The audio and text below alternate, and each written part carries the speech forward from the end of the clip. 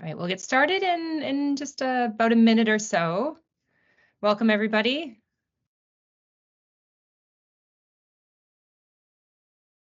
You all are having a good week, good short week. We were saying that the short weeks are always so busy.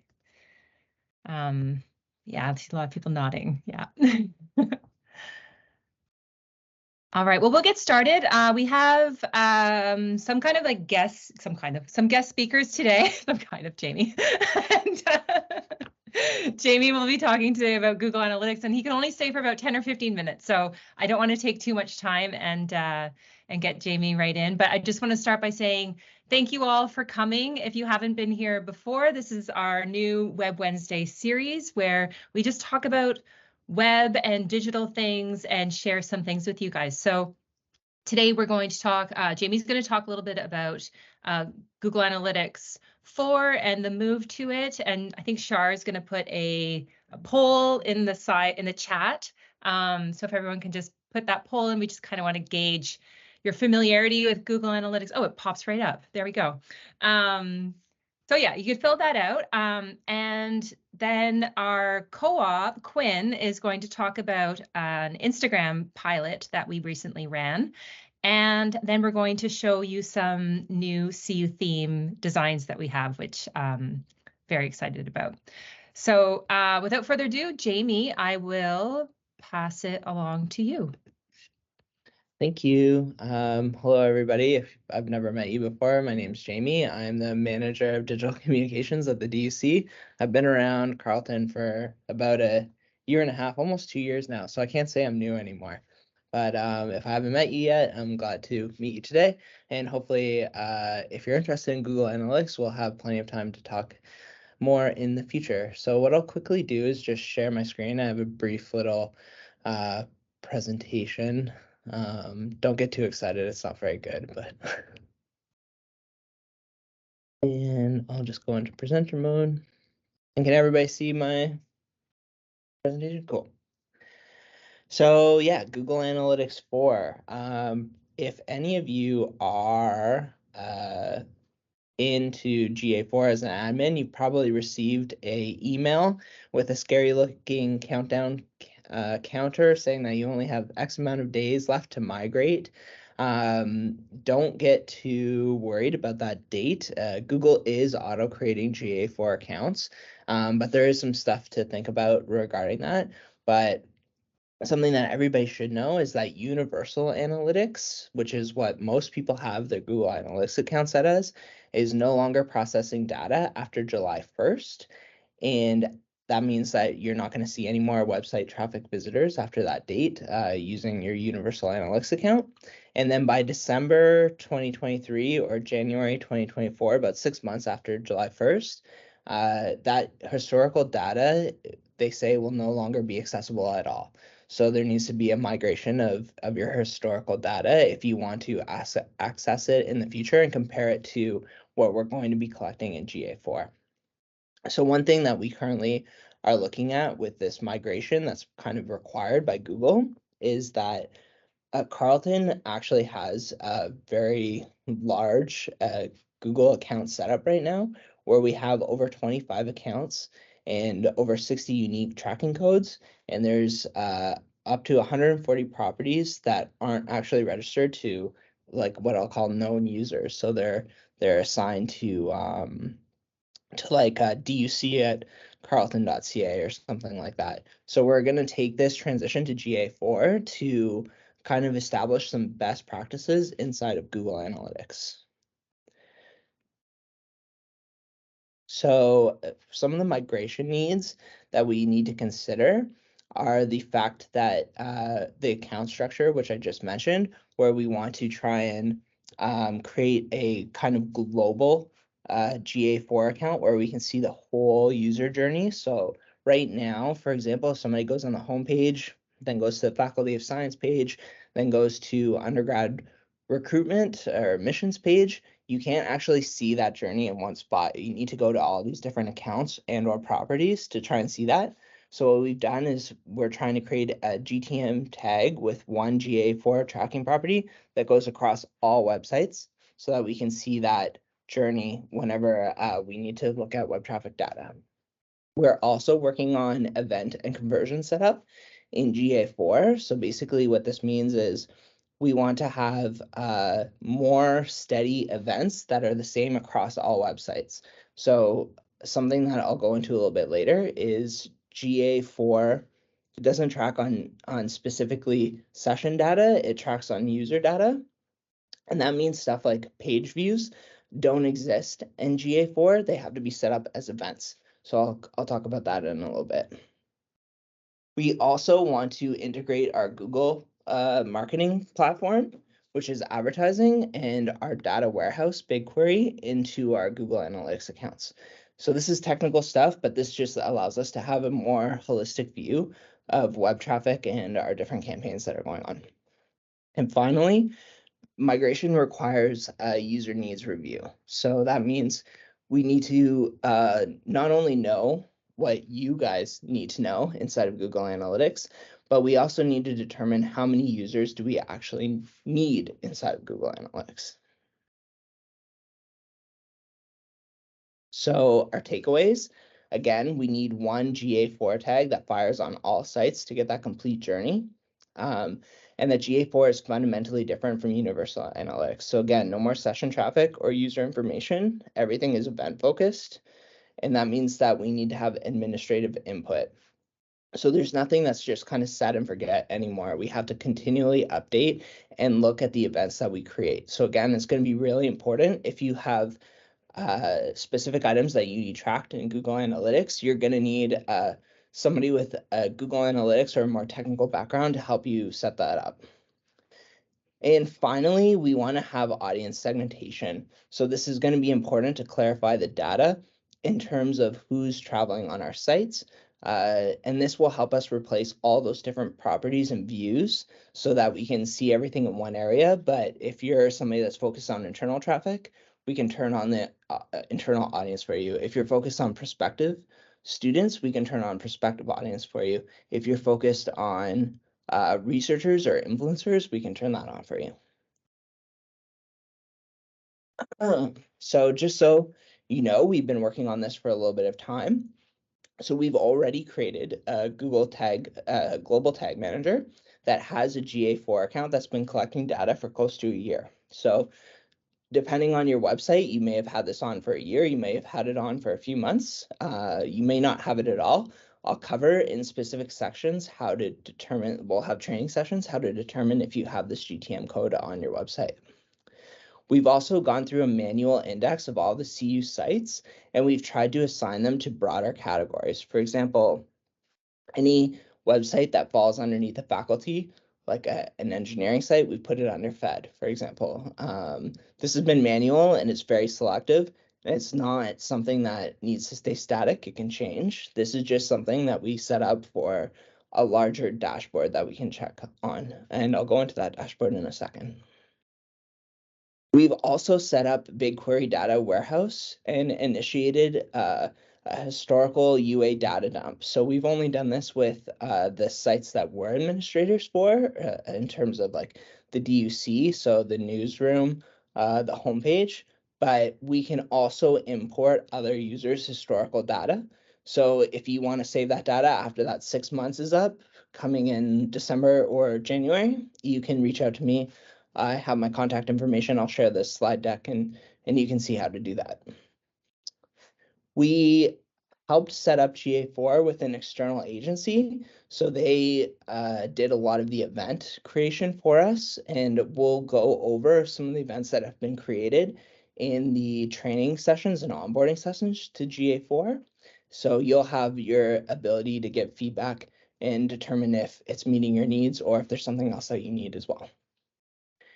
And like I previously mentioned, we developed a high-level universal dashboard. So anybody can access this dashboard. It's not inside of Google Analytics. It pulls Google Analytics data. So if you're not a power user, you can use this dashboard to get the information that might be relevant to you. So we do have a few next steps on board. So again, for you, if you are a website owner and you want to be part of our universal GA4, where you can see all of the user traffic across all the websites, you need to ensure that you have GTM installed on your pages. So I've highlighted the GTM that we have here. Again, I'll be sending out email invites where we'll go over how to make sure that you have GTM installed on your pages. You also have to tell me if you want your historical data backed up. So this is very, very important. We cannot just take everything. Like I said before, there's like 140 properties, there's 25 accounts.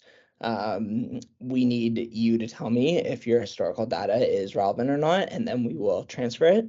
Just a note, depending on how much data you have, BigQuery does assign fees based on the amount of data. So there might be a fee associated. I don't think anything we have would be something that's crazy expensive. I don't want to give you a price in case I'm terribly wrong. But for example, just so you know, DUC only had to pay about $10 for our historical data.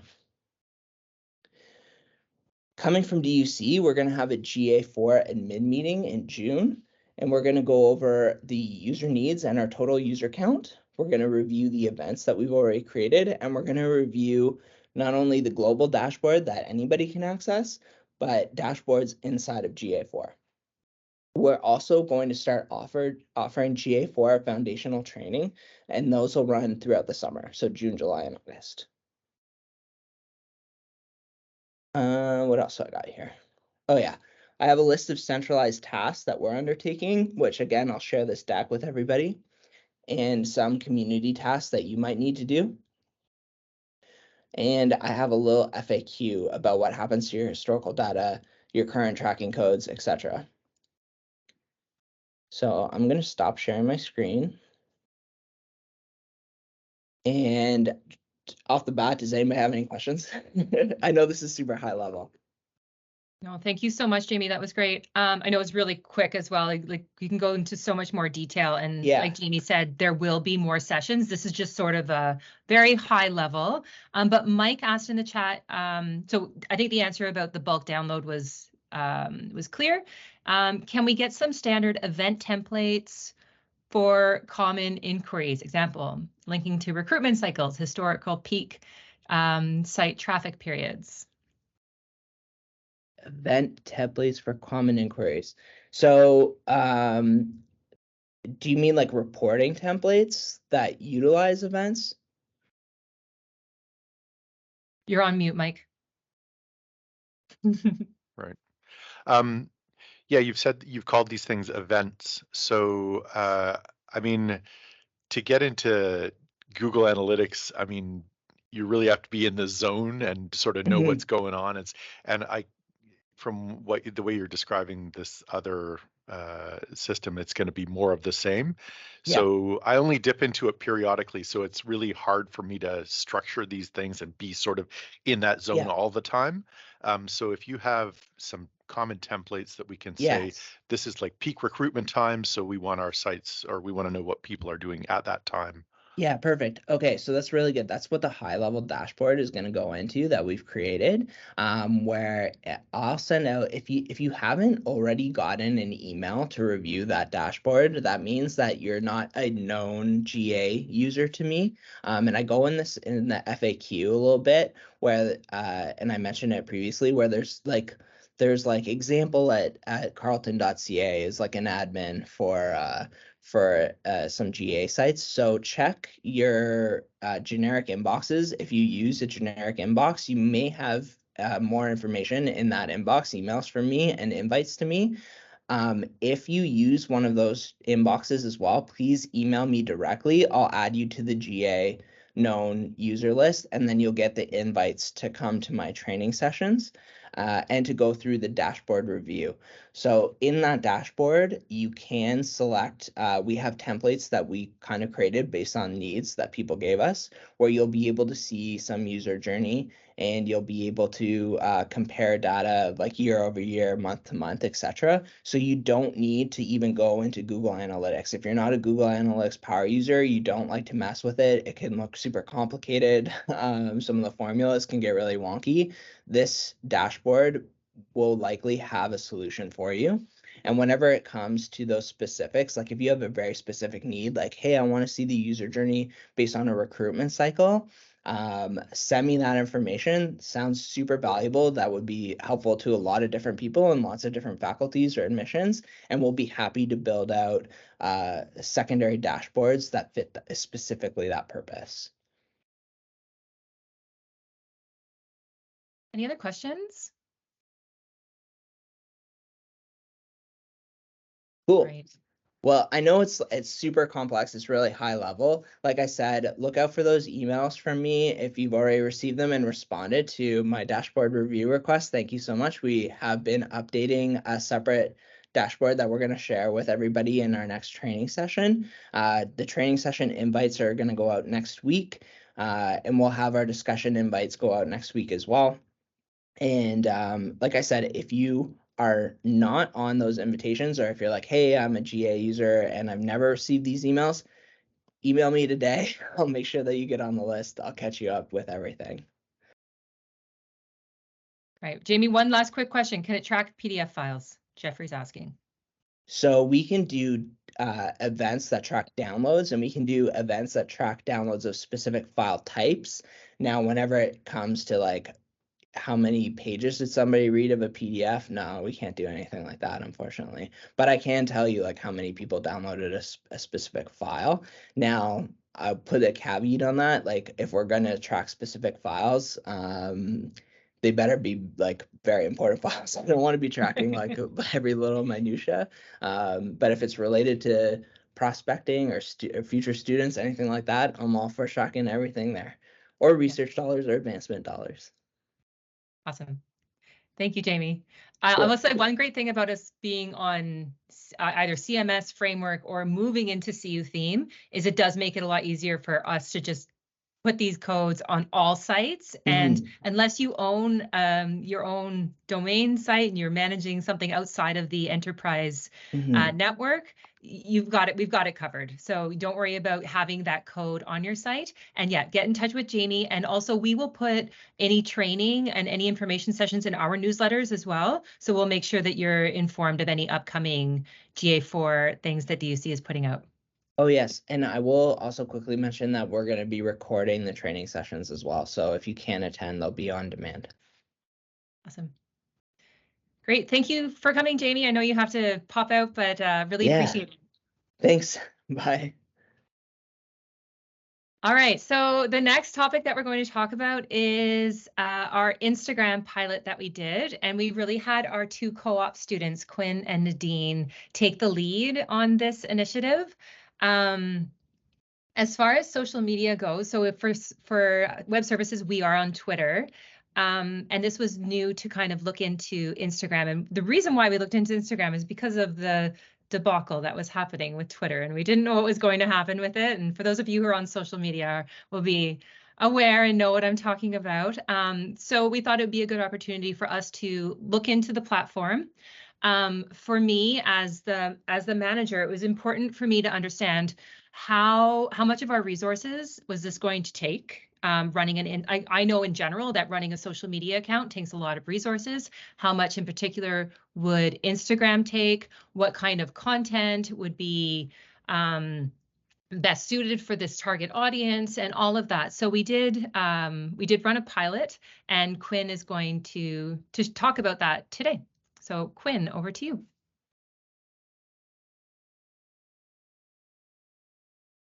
Hi, everyone. Thanks for joining us today. My name is Quinn. I'm one of the co-op students working with web services this term.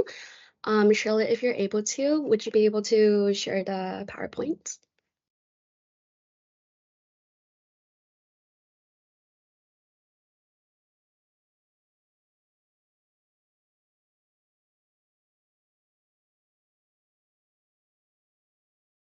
You see that? And do you mind just jumping 2 slides? Oh, jumping 2.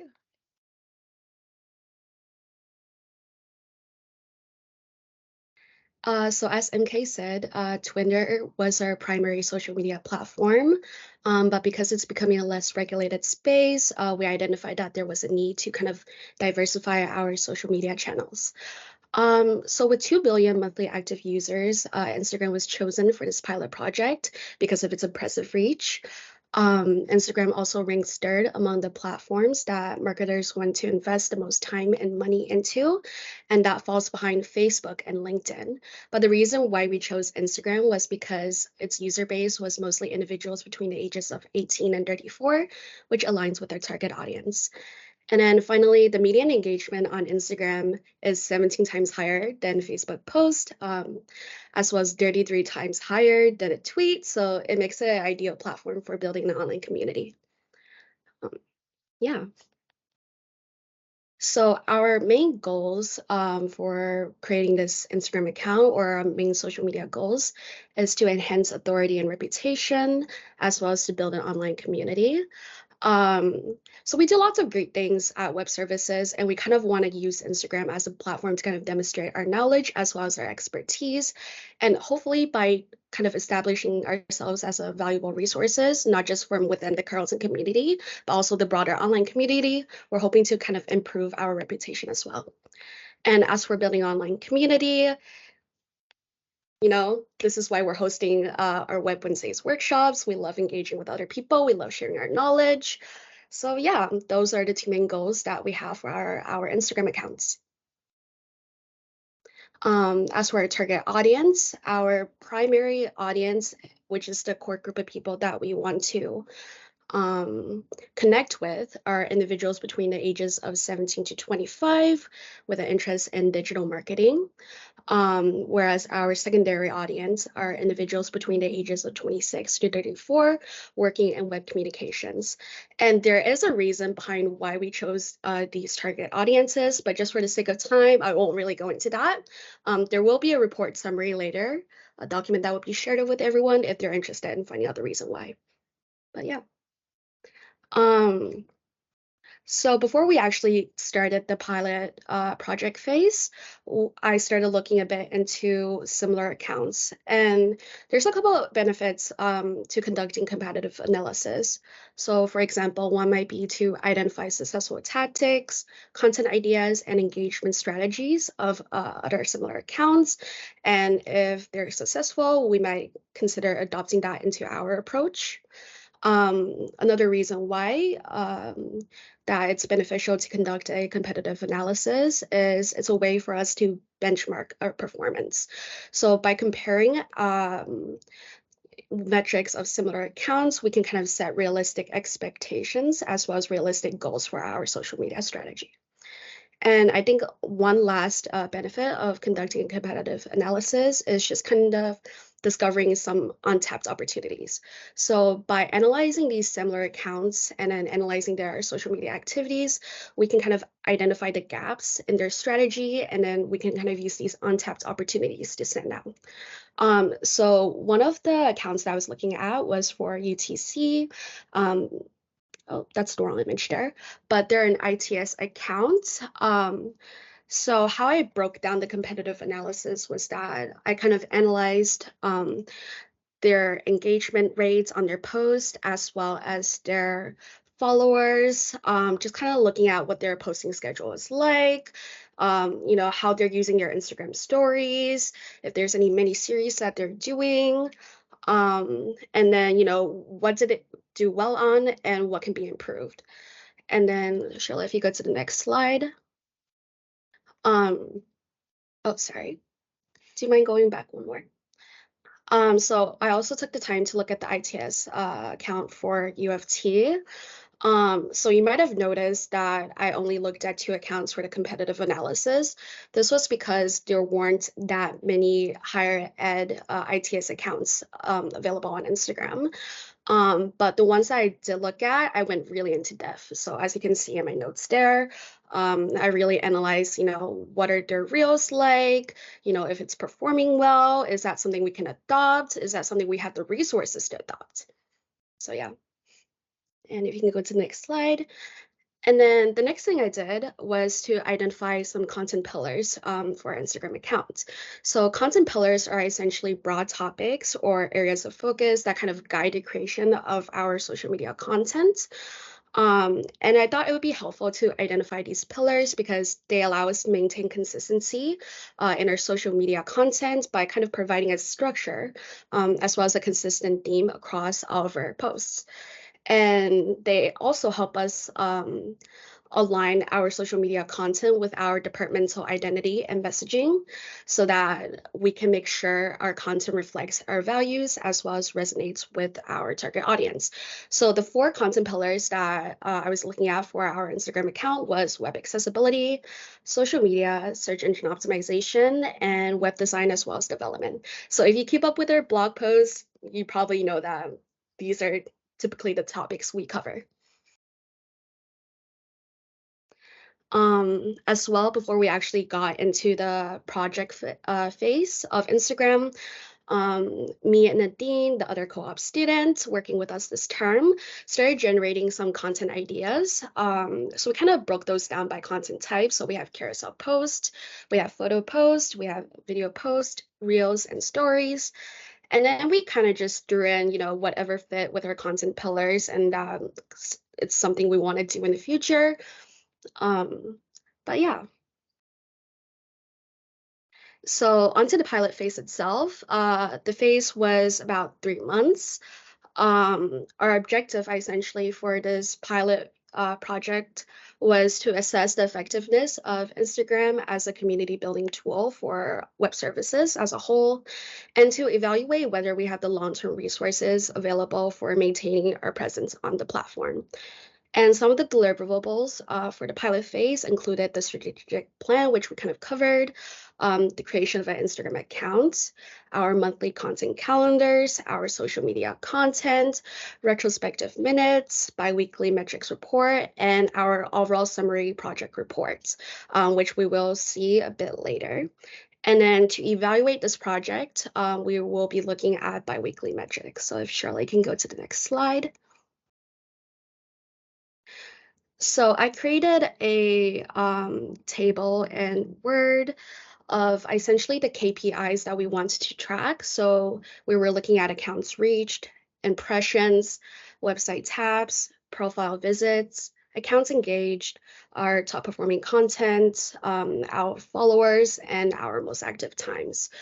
So you can see for a lot of these KPIs, we were not only looking at the total count, but also looking at the growth percentage.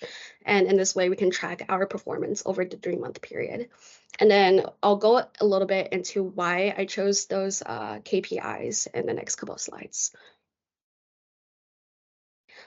So we did build monthly content calendars. So some of you might have read our blog post about content calendars.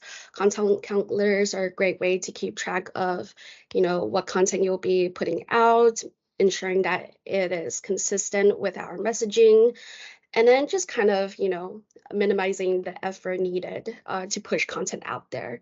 So as you can see, I divided it up by days as well as by weeks.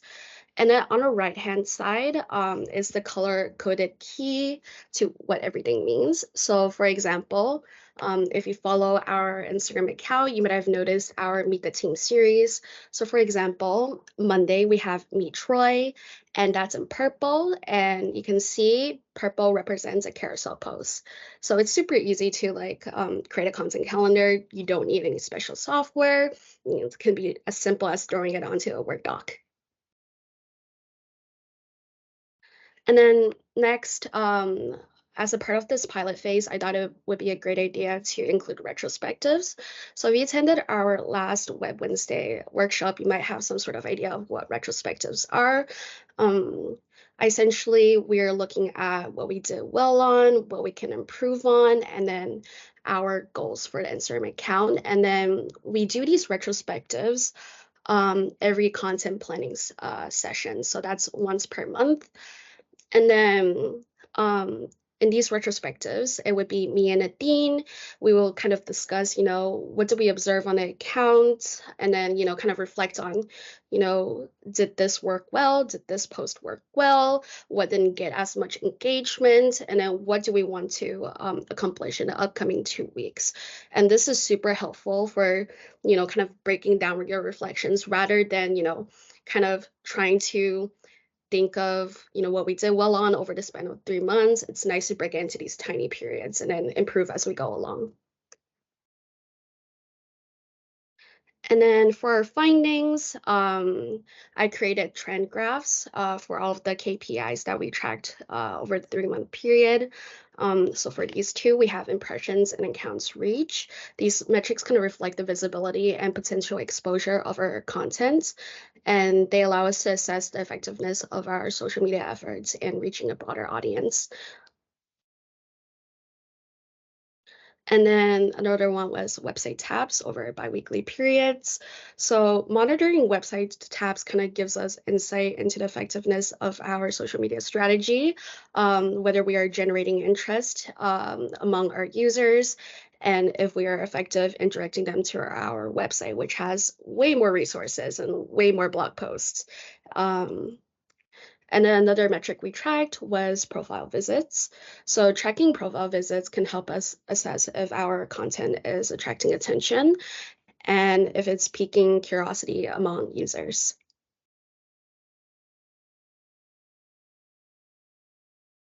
And sorry, shall I do mind going to the next slide?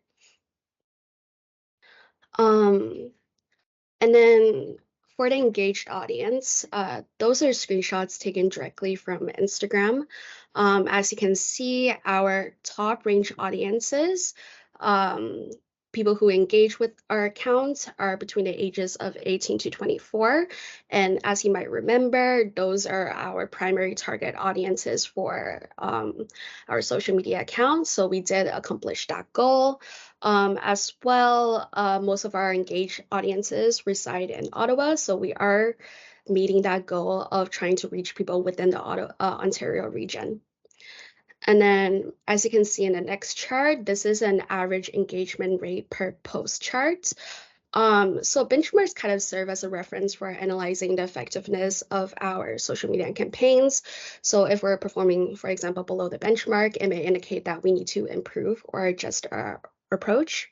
And if we're outperforming the benchmarks, it can provide insights into, what we're doing well, what tactics are working, and whether we should build upon that those strategies or replicate them.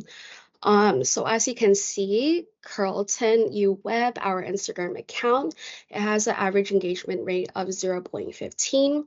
And although that falls short of the industry benchmark of tech and software, which is at 0.59%, we are doing significantly better in comparison to similar accounts such as UFT, which is at 0.0024. I don't know if you can even see it on the graph, as well as UTC, which has an average engagement rate of 0.02.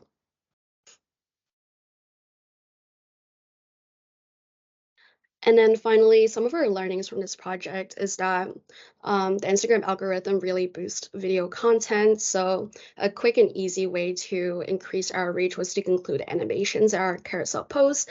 And that doesn't necessarily mean like animations you create yourself.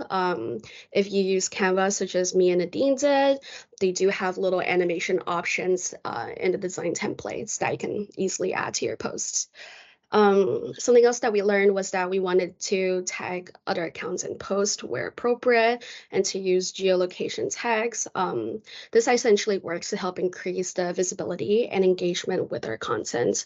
As well, we learned that we needed to meaningfully engage with similar accounts because this is essentially the foundation of building an online community engagement. Something else we learned was that we need to periodically monitor followers' age range and most active times. So in the future, this will help to inform our content strategy and posting schedule. So your Instagram strategy isn't just set in place, it evolves over time with your audience. So it's always important to monitor these metrics. And then in that way, we can stay visible and relevant to the target audiences. Another thing is to regularly check metrics. So for the pilot project, we did track it bi-weekly, but as we move out the pilot phase and start actually establishing our accounts, we decided to track these metrics monthly. So likewise, tracking these metrics allow us to determine how our account is performing and allows us to adjust accordingly.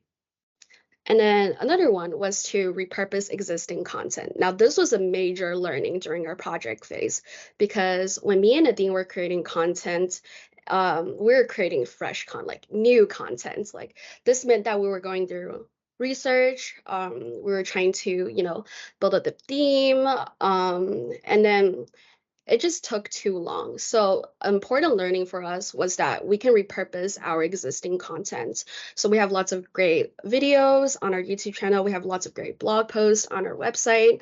We condensed and summarized this information into visually appealing posts on Instagram. And I went from taking an hour to create an Instagram post to taking 5 to 10 minutes. So this was a huge learning for us. And lastly, something that we learned throughout this phase was to make sure our content is aligned with our organizational mission and values. So initially when me and Nadine started posting, we got feedback from Charlotte as well as MK that some of our content just isn't really, aligned with, what web services does, right? So we took that feedback, we archived those posts that don't align with our missions and values, and then, we started rethinking about our content strategy and what kind of content we should put up. So big lesson, don't be afraid to seek feedback from your team members. They're always there to help you. Yeah. And any questions? Okay, I That don't was so think there's great. any. Thank you, Quinn. If anyone does have any questions, I'm just gonna say reach out to Quinn directly if you'd like. But this was so great. Thank you. And I just want to put it out there that if you ever have the opportunity to hire co-op students, like they ran this completely on their own. It's so amazing. I'm so impressed. You guys did such a phenomenal job. And through this pilot, we learned a lot around how much of our resources this would take. And now what we're looking to do is have a conversation around transitioning the web services account into an overall ITS account, and then making it more of a departmental Instagram account that will have a strategy that will align with ITS. So amazing. Thank you guys. So good. All right. Yeah. If you have any questions, you can put them in the chat, but we will move on to CU theme. So Troy is going to show some of the new designs that we have that are, I think, very exciting. So over to you, Troy.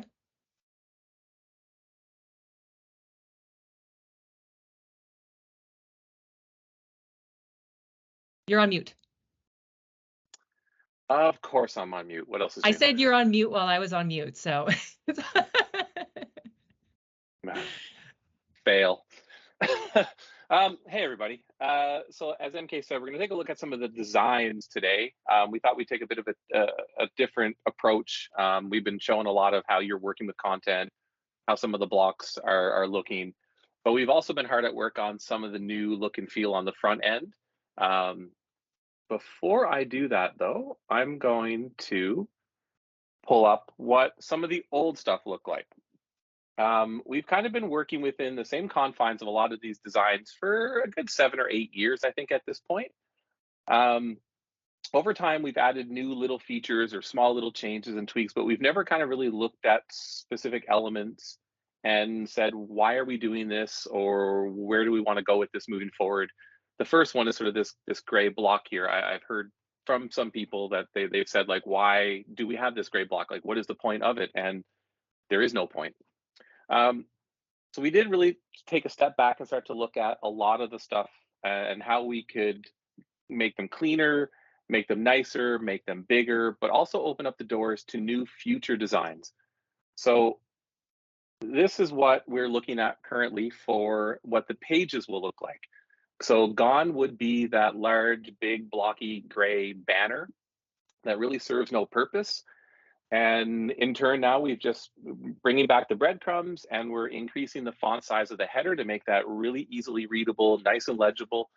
And we're not allowing it to go the full width of the page here, just to make sure it really kind of lived really well. If it expands too much, it doesn't really look all that great. What we've done from here is, if there's certain people want to write sort of a lead in or a deck, if you're writing like something like a news post or a story and you want sort of that traditional deck that you get from the print medium, we're going to introduce a nice introductory paragraph that goes along with your title, as well as a couple of buttons, as you're probably used to from pretty much everything we've done. We've always had a couple of buttons optional, I believe up to 3 at this point. So we're going to get these coming back into the page layouts as well. A lot of individuals also really enjoy using images, and they do spend a lot of time on their images. One of the challenges I've always found with images is we had this extreme widescreen view, and people really did struggle a lot with cropping those images, or how they work responsively, and how certain elements of those images get cropped off in a really awkward way. I don't know how many images I've seen where it's a nose and a chin, but I don't really see the person's face. So it's kind of an odd thing in some cases. So, oops, that's the wrong one. I'm going to turn this one on. And what we're doing now is we're going to offer this smaller image, nothing so wide, something that's more workable for the majority of people. So hopefully this opens up more image usage for most people that, otherwise can't work with these really wide views. So again, you'll see the combination of our title, our lead in, our buttons, and now an image. In addition to this, we thought we would offer a different variation on the image. So instead of having a nice angled shot, we would have an option where you could just make it a nice square image, if that's what you would prefer for your look and feel. So this will be another option. And these changes would also start to trickle into other designs, such as your event layouts. So you can choose which style of image you would like to accompany your event if you do have a nice image to go with it. You get a nice big event title with a date and some additional information here. Then we're going to start adding call to action. So in this case, you're getting tickets. In some other cases, it would be register now. You would have a bit of control over sort of that message that you would want to put in your call to action, and then potentially a secondary button if there's a use case for it for your event. Again, and a Google map down here as well, which kind of goes along with the whole event thing. In addition to event, we're also going to bring some of these changes down to the people pages. So in this case, we're going to get these nice big images. We're going to get some names, so some information about who the individual is, some contact information for them, and then some social media. There would be additional options in here that would be available in the meta. I think people are probably going to wonder about, like, well, where did the link to the resume go, or the personal website, or some of the options that are existing right now. They will be there. We just didn't put them into the design right now, just for just being able to get these out and visible to our community a little bit quicker. One question some people might have is, and this actually was the same question that came up from our group as well, was like, wow, that image is quite bigger than what we have currently. Visually, it is, but the size of images that everybody has been uploading for the last 5 or 6 years on CMS and Framework are actually not that much smaller than this. It's such a negligible size difference that us reusing the images that currently exist on CMS and Framework sites won't make any visual difference here. You won't have any degradation of quality on the image, because you're actually required right now to upload a 400 by 400 image. This image here is about 472 squared. So your size difference is minimal. So you're not going to see any degradation in quality. So yeah, this is sort of where we are going right now for some of our designs. This is what we would like to see as our starting point for new pages. People will get all of these tools right from day one. And the bigger benefit here is that we do now have even more flexibility to design nice new, these are called hero banners. So we do now have the flexibility to create and design a series of hero banners that can be used for any page. They could be event specific, they could be people specific. Really what it does here is it just opens the door for us to build new features and new designs, and some of the great stuff and some of the great designs work we're doing with Taylor Smith and his group. We can kind of bring this all together and offer more variety, more flexibility, and more nice design to our entire community. That's it. That's what I got. Thank you so much, Troy. Are there any questions? We had a couple questions in the chat, but they have been answered. Is there any specific hex color code associated with the light gray? So we actually on early next week, we're going to be meeting with the marketing group in DUC to go over some brand standards and just to confirm that the colors that we're using, when we use the wave, all of that we're really clear on from a branding perspective. So the colors right now that you see, they could definitely change, but what is going to come out at a later time are some web brand standards. And so that is what will define all of the colors and all of that. So I can't really answer that question specifically because we don't have one yet, but starting next week, we will have more clarity on the colors that we're using. For the colors in all of these designs right now, these are actually the print colors that are in our brand style guide. So they gave a color of black, and then there was a percentage going from 90 right down to 10%. I've actually created all of those colors in my design tools, so I could just pick and choose from them and start to use what is already shown in the print. And like MK said, those could potentially change, but for now, we are following the current brand standards for print. And I knew someone was going to ask it. Jeffrey came out with the question. Any idea of when the new theme will be launched? So we do have one considerable blocker that we are working through, and we've actually brought in an external consultant to help us work through it. And so with the help of the consultant, we should be able to work through things quickly. I can't give a date yet. I don't want to give a date yet because I don't want to have to come back and tell you that it's not happening. But with the consultant on board, I really believe that things are going to move ahead pretty quickly. The theme itself, the development is really coming along, and as soon as we have a date, we will communicate it. But we are working ahead, and as soon as we know, we'll let you know. Hillary posted the brand colors. Thank you for that. I believe someone asked this. Will we have the option to rebuild our sites with the new theme rather than have it migrated for us? Yes, absolutely. So we're going to be really unpacking our migration schedule next week with the hopes of being able to communicate our plan on how we're going to move into the new theme. But essentially, what we are really going to recommend that people do, if you can, is to get a completely blank site in a staging environment and rebuild your site. This will give you there are a couple benefits to this. One, you will get the theme right away, and you can start building it. And when you're ready to go, you're not waiting on us. You build it, you're ready to go, we make it go live. So that's one benefit. The second benefit is that you get to do a complete site review. So a lot of sites that we've had have kind of not been touched for a really, really long time. And this is such a good opportunity for us to do a complete review of the sites and make sure that we're not moving over any outdated content. And really, it gives you an opportunity to use all of the new blocks that we have, because they don't exist. We could just migrate the content over, but it won't come with all of the new blocks and the new features. So you might want to redesign those pages anyways. So we're really highly recommending that people do start with a blank site that you can build, and then you go live when you're ready, kind of thing. But and then in terms of the process for that, what we will most likely do is have a form that people will fill out if you want a blank site. The form will then create a service desk ticket for us, and then it's just a matter of us installing a blank site for you. We pass it over so that we'll track all of that through our our Jira ITS service thing that we have. And then anyone who doesn't want a blank site, we will set the migration schedule. And then there'll be a lot of communications around when your site will go in if you don't want that blank site. Let me see if there's any other questions that are here. Did I miss anything? Nice to see an updated theme. Looks much more modern. And hope the issue with having the banner images being specific size. For sure, for sure.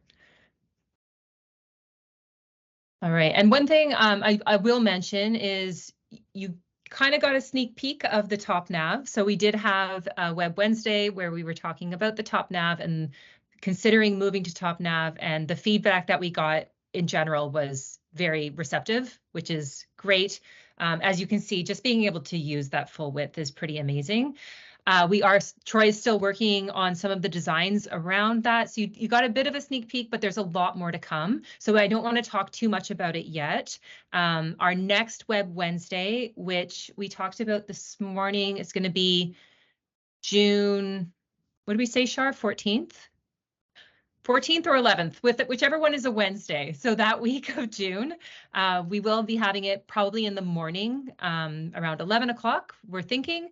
But in that meeting, we'll go over most likely the top nav, and we're also going to show you the new events calendar at the next Web Wednesday. So yeah, more to come on the top nav. Right, any other questions? Let's see.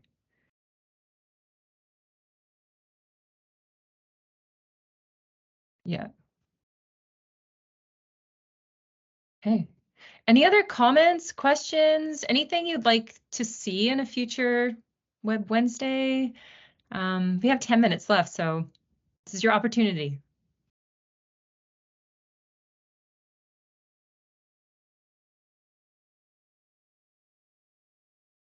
Okay. Quiet group today. Oh, Anne, you have a hand up. I'll just say my question out loud. So sorry, I'm a bit confused. I've been working with the WordPress that you guys have provided this whole time. Now I'm just wanting to clarify. Your suggestion is to go ahead and start building our sites in something called Gutenberg. What? So, Okay. So Gutenberg is the newest WordPress editor. So it's a big change in WordPress. And that's a big reason why we are building this new theme, also to have a more modern look and feel, but it does use the new WordPress editor. So the site that you're on now is fine, either it's CMS or framework, and nothing is happening to that site. It will go away, but for now, just continue working on your site as is. And then when we have this new theme ready, that's when you could start using it. So nothing to do yet, but eventually everybody will move into this new modern theme, which comes with the new WordPress Gutenberg, but the new WordPress editor, which is basically like, it's very different from how you edit sites now. So WordPress is changing pretty significantly. It is pretty intuitive. Yeah, Troy, you could show a little bit. It's very modern, and it allows us to build out blocks as opposed to just working straight with content. You can see here, like all of these sections are blocks. So when we design new features, we're actually designing new blocks for WordPress. I hope that clarifies it. I know it can be a little bit confusing, especially if you haven't been in the conversation for a while.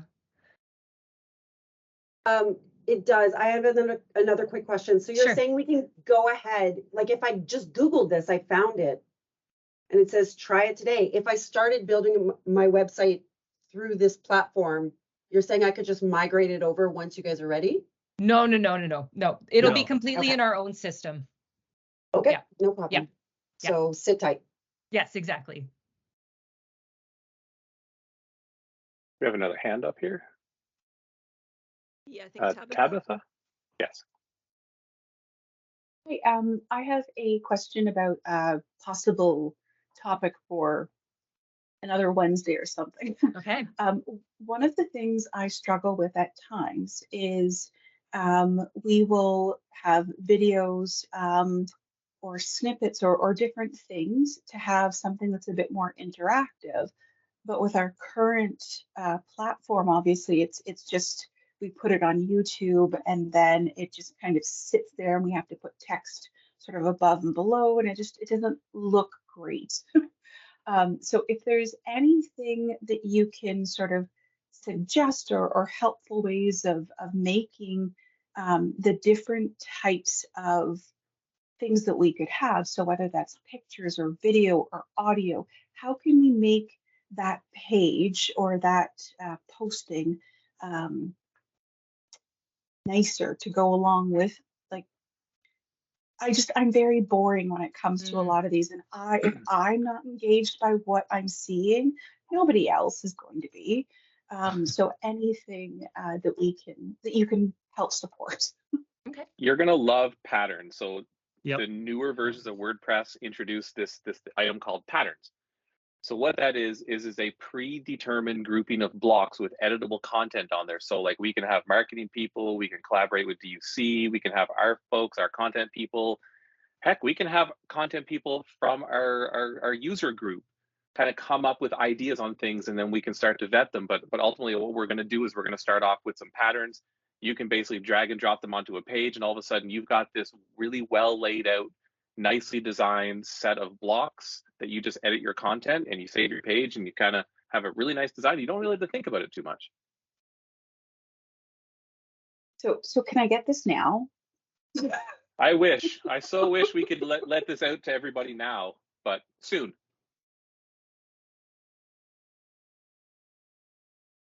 In the meantime, though, we have a great group of content folks now, so feel free to reach out, and we're all more than happy to help you. Mm-hmm. But yeah, that could be, thank you for that topic discussion. I think that other people are maybe struggling with how to create more engaging content. So that conversation will also help us to understand some of the challenges that you're having with content. And then, like Troy mentioned, we can create some patterns, which are basically just page templates that everybody can use based on like page designs that we know are effective, right? And so everybody, the idea here too is that, like, we want to create as much resources for you as we possibly can so that you're not having to think from like ground zero on how to do some of this stuff. We want to provide some templates and resources so that make it easier for you to engage with your target audience. We have some questions in the chat. So Christopher asked, you have some sites built in the previous iteration of Gutenberg theme. Are those staging sites gone now? No, they will not be gone. Those will just move into the new template, but we will re-engage just to make sure that we are moving what you actually want moved. I think we got a hand up here. I'm going to answer a couple questions in the chat too. Okay, perfect. I can't really see whose hand is up. Oh, Anne. Hey, everybody. Hi. Hi. Yeah, there's something I was just hoping to get some clarity on it. You mentioned that you recommend that we kind of start fresh with a new site. And I guess that sounds like really daunting to me. It can be, for sure. I'm just wondering, if we did start fresh with a new site, what kind of content can we have some of the content moved over? Like for example, you know, all our faculty profiles have images, all the media files. We have hundreds of course outlines on our site that they want to keep there. Mm-hmm. And so I'm kind of just in my situation, I'm willing to do some building, but how would we even go about moving over our media files, for example? So Mike, I'll answer it first and then you can answer the technical part of it. But sure. So in terms of the workload on us, so the idea behind a blank site is the idea that you don't need our involvement at all. So those would be the sites that would go first, because otherwise our team will be putting in time and effort to migrate the site, and that would go into the migration schedule. Now we need to talk about this, but we could talk about different levels, right? Like what types of content do you want moved, and how much are you willing to build? So if you only want images, if you only want files, if you only want events or whatever, we can just move those aspects and then you can build out the pages. And so if minimal effort on our part is involved, maybe we do that at the beginning of the migrate, like you get higher up on the list of the migration. We need to talk about that, but we can definitely migrate parts of it. It involves running a script. And then there are some QA stuff that we need to do on our end to make sure everything moved over properly. So it is a resource intensive thing to do, even if we just move over part of your site. So when I say start with a completely blank site, it means like no images moved over, nothing starting. And so this would be really good for smaller sites, obviously, right? We keep track of the number of like we know how many pages are on different sites. We know what the really big sites are. We know how many images you have. We're well aware of like some of the larger sites and how much work that would be to migrate it over, and how it's just not realistic to do that. And it's not necessarily beneficial unless you're doing a complete clean out, right? Like, do you need 500 images? Do you need to bring over 1,000 blog posts? Maybe you do, maybe you don't, right? So it's an opportunity to look at the site and be really like just really question, like, what do I really need? And if I really need it, web services can help. If I don't really need it, I'll rebuild my own site then. Okay. From a technical perspective, there are parts that are easy to export and import of the content that you had before, and there are parts that are really difficult. Things like categories, page titles, media, gravity forms, all the stuff that was like very native to WordPress is very easy to export, import, transfer about.